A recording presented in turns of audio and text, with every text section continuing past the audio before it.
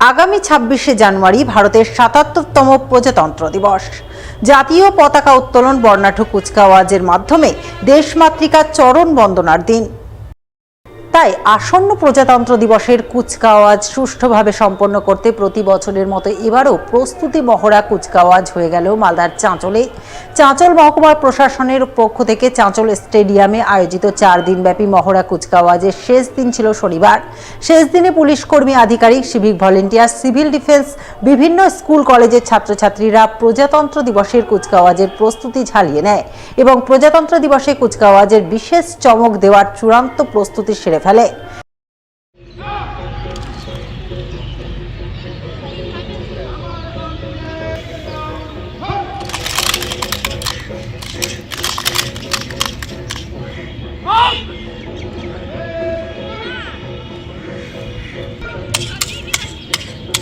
আমাদের তো 4 দিন রিহার্সাল ছিল। আজকে কুচকাওয়াজের ফাইনাল রিহার্সাল।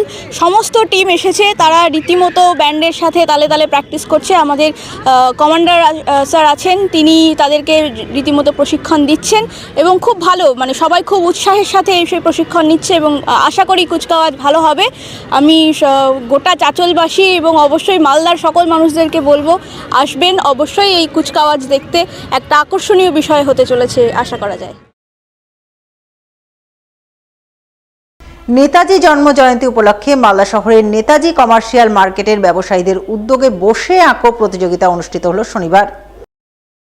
এদিন বেলা 12টা থেকে বিভিন্ন বয়সী কয়েকশো ছেলেমেয়েকে নিয়ে বিভিন্ন বিভাগে বসে আঁকো প্রতিযোগিতা অনুষ্ঠিত হয়, যাকে কেন্দ্র করে প্রতিযোগীরা নানান ধরনের বর্ণময় ছবি এঁকে সকলের নজর কাড়ে।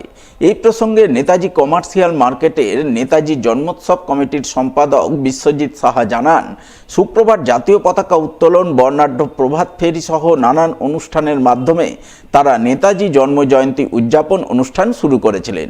শনিবার দ্বিতীয় দিনে বসে আঁকো প্রতিযোগিতা অনুষ্ঠিত হচ্ছে। প্রতিযোগিতায় কয়েকশো ছেলে মেয়ে অংশগ্রহণ করেছে। এরপর সন্ধ্যায় রয়েছে পুরস্কার বিতরণ সহ বাউল সঙ্গীতানুষ্ঠান। এটা আমাদের 129তম জন্ম উৎসব। তো আমরা এই প্রোগ্রামটা করে থাকি প্রায় 30 বছর হলো। বিগত করোনার পর থেকে বাদ ছিল, তার জন্য আমরা সমস্ত অডিয়েন্স বা যারা গার্জিয়ান বা যারা আঁকতে এসছেন তারা অনেকবারই ঘুরে গেছেন। আমরা করতে পারিনি, বিভিন্ন প্রবলেমের জন্য করোনার একটা প্রভাব পড়েছিল। এইবার আমরা নতুন করে শুরু করেছি, আশা করি এই প্রোগ্রাম চলতে থাকবে। তো এখানে অনুষ্ঠান শুধু অঙ্কন প্রতিযোগিতা দিয়েই শুরু হয় না। আমাদের গতকাল সকাল 9টার সময় পতাকা উত্তোলন, প্রদীপ প্রজ্বলন এবং নেতাজির প্রতিকৃতিতে মাল্যদান হয়েছে। তারপরে 10টার সময় সাংস্কৃতিক অনুষ্ঠান, যেমন নৃত্য পরিবেশন, দেশাত্মবোধক গানের উপরে নৃত্য পরিবেশন হয়েছে। দুপুর 2:30টার সময় আমাদের শীতবস্ত্র বিতরণ হয়েছে গরিবদের মধ্যে। প্রায় 300 গরিব দুঃখীদের আমরা বস্ত্র প্রদান করেছি।